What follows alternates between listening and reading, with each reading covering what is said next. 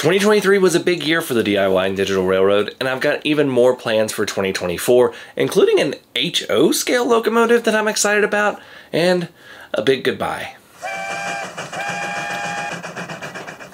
Hey everybody, my name is Jimmy. Welcome to Coffee and Trains. Today I'm just drinking some more of that store brand coffee. No, I'm drinking Starbucks Holiday Blend. I got a little bit left over from Christmas.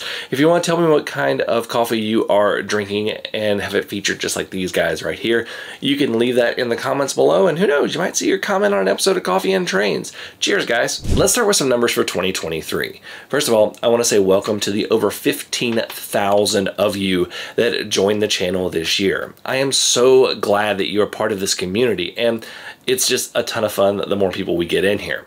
And you guys are pretty awesome by watching my videos over 3.3 million times. Holy crap! The advertiser coveted 25 to 54 age range was the top range, with 65 and over being a close second and 55 to 64 a close third.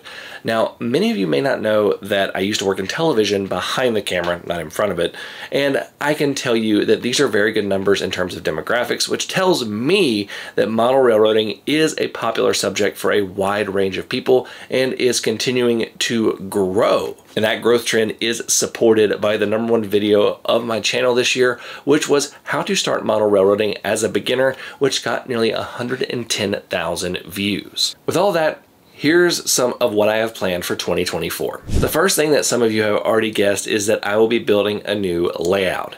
I am doing this for a couple of reasons. The first and most important is that my twins got their own rooms this year, and now the small spare bedroom that my current layout occupies is needed for more storage and more flex space in general. So I've decided that I'm moving back to the garage. Now, I'm not going back to the way it was. I've actually already installed an air conditioner in the space, and somebody has actually already guessed it that I'm going to be building a T-track layout. The second reason is that while this layout is great and my favorite one that I've ever built, it does have its problems. I've had problems with the grade and some phantom stall spots on the track that I cannot figure out to save my life.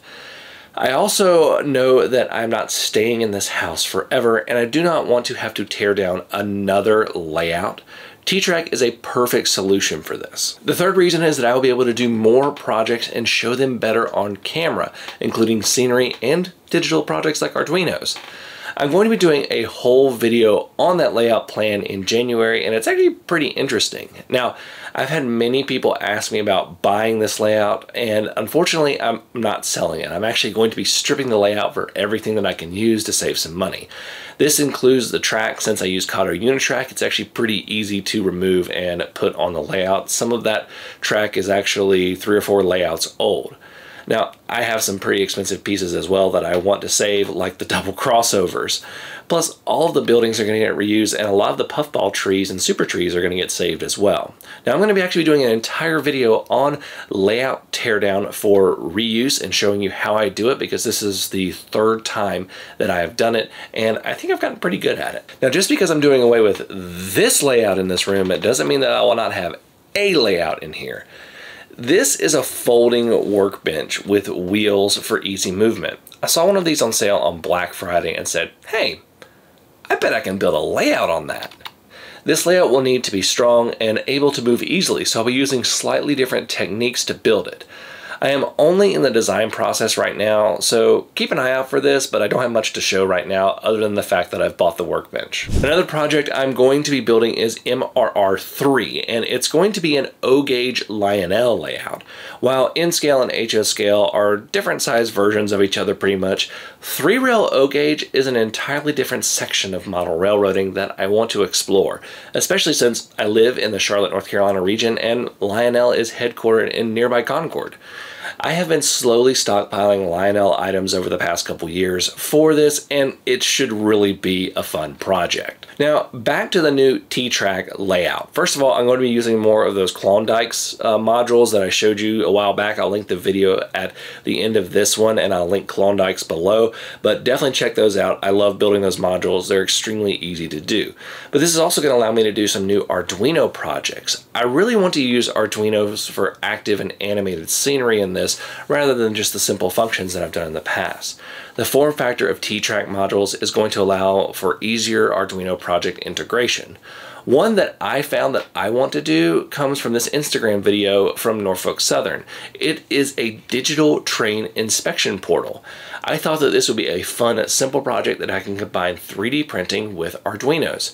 I'm working on some other ideas as well for this, but this is the one that I definitely want to do. I'm also going to be doing more op sessions and more locomotive reviews and rolling stock reviews as they come out. I mean, if you just look at some stuff that's coming, I got my Scale Trains Rivet Counter GEC39. I've got the new run of the Broadway Limited SD40-2s. So just a lot of stuff. And I've got a lot of things on pre-order that I can't wait to show you guys, including an HO scale locomotive that I'm very excited about.